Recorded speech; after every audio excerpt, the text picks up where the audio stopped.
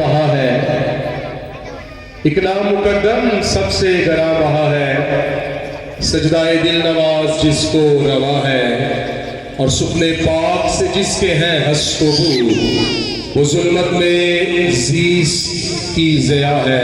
میرا مضمون بھی نور زیست ہے، سو سپنے پاک سے جس کے ہیں ہست و بو، اس کا ایکو کم کرتے ہیں، وہ ظلمت میں زیست کی ضیا ہے، اور ابتدائی تکلم ہے اس کے نام سے جو علت العلل واحد خدا ہے۔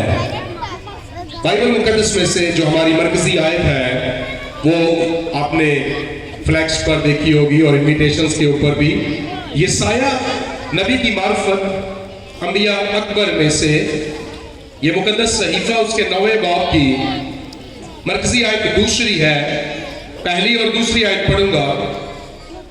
لکھا ہے لیکن اندھوں دین کی تیرگی جاتی رہے گی، اس نے قدیم زمانے میں زبلون اور نفتالی کے علاقوں کو ذلیل کیا، پر آخری زمانے میں قوموں کے گلیل میں دریا کی سمت یردن کے پار بزرگی دے گا۔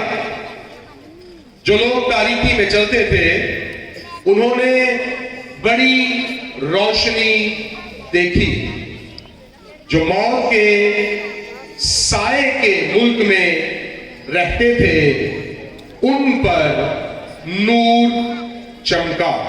ان آیات کے وسیلہ سے خدا ہم سب کو برکت دے۔ نور زیست زندگی کی روشنی ہے، زیست سے مراد زندگی ہے، اور یہ سایہ کا جو یہ سایہ کی خدمت کی انسپیریشن اور اس کے پیغام کا موٹیف نور تھا۔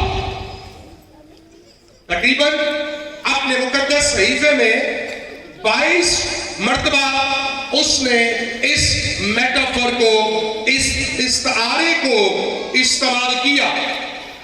نور کے متضاد اندھیرا ہے، اور اندھیرا غم کو، دکھ کو، موت کو، نا امیدی کو ظاہر کرتا ہے، اور اس کے مقابلے میں نور، روشنی، یہ زندگی کو بیان کرتی ہے۔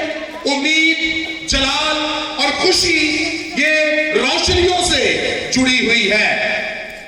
تو یہ سایہ جو نا امیدیوں میں ہے، دکھوں میں ہے، غم میں پڑے ہیں، ان کو امید کا پیغام دیتا ہے، روشنی کا پیغام دیتا ہے، ساتھ ساتھ انتباہ کرتا ہے تاکہ لوگ توبہ کریں۔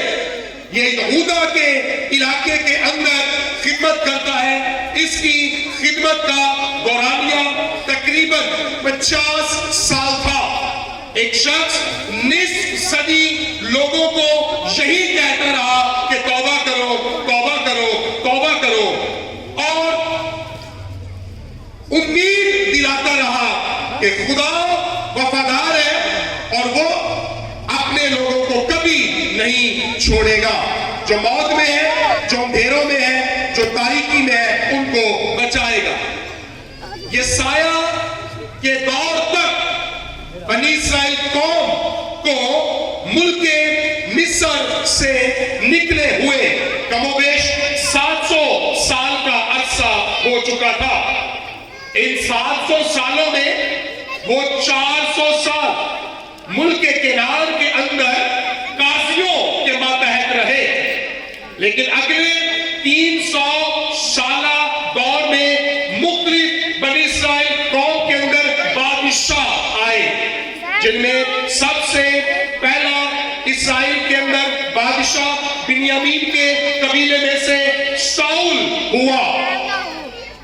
اس کے بعد داؤد اور پھر سلیمان بادشاہ، متحدہ سلطنت بھی، اور 300 سالوں میں سے 120 سال یہ متحدہ سلطنت بھی، 40 سال ساؤل،